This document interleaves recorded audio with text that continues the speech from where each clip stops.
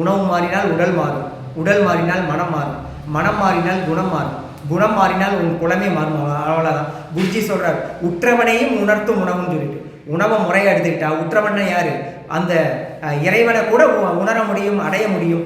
அதற்கு இந்த இந்த இதுதான் ஊடகம். இந்த உடல் தான் ஊடகம்.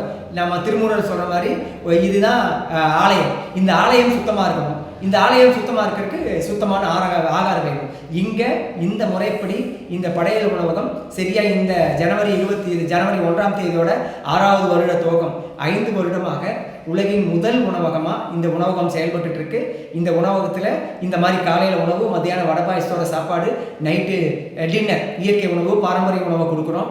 அது மட்டும் இல்லை, நம்ம இங்கே வந்தால் சாப்பிடலாம், எப்படி சமைக்கலாங்கிற பயிற்சியும் கொடுக்குறோம். உணவின் மூலியமாக இந்த நோய்களை குணமாக்கக்கூடிய தன்மையை சொல்லிக் கொடுத்து 21 நாள் படையல் சாதனா, 48 நாள் மண்டலா வகுப்பு, 108 நாள் படையல் சாதனை மூலிமா இந்த 108 நாளும் இந்த உணவை சாப்பிட வச்சு காய்ச்சல்லேருந்து கேன்சர் வரைக்கும் இந்த உணவின் மூலியமாக நீங்கள் லட்சக்கணக்கில் செலவு பண்ணக்கூடிய அந்த செலவுகளையெல்லாம் குறைச்சி அந்த உடலும் மனமும் வருந்தி உள்ளூர் கூட இருக்கிறவங்களும் வருந்தி கடைசியில் அந்த மருத்துவத்தின் மூலியமாக நம்மளால் குணமாக முடியாத சூழல் இருக்கு இல்லையா, அப்படியெல்லாம் இல்லாமல் எளிமையாக நீங்கள் வீட்டில் இருந்துட்டு நல்லதை சாப்பிட்டு நல்லதை செஞ்சு நல்லா வாழலாம், அடுத்த தலைமுறை நல்லா வாழ வைக்கலாம். அப்படி ஒரு வாய்ப்பை இறையருள் இயற்கை அன்னை கொடுத்துருக்கு.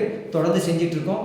இந்த நல்ல தகவலை இந்த கடந்த 13 வருட பயணத்தை தர்மம் வலைக்காட்சி மூலிமா உங்களோட பகிர்ந்து கொண்டதில் எனக்கு ரொம்ப சந்தோஷம், பெருமை.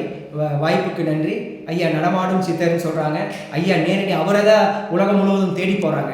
அவர் இங்கே படையலை தேடி வந்தது படையலை கிடைத்த மிகப்பெரிய ஒரு பாக்கியம். அதுக்கு இது ஒரு நன்றி கடன் சொல்லுவாங்க இல்லையா.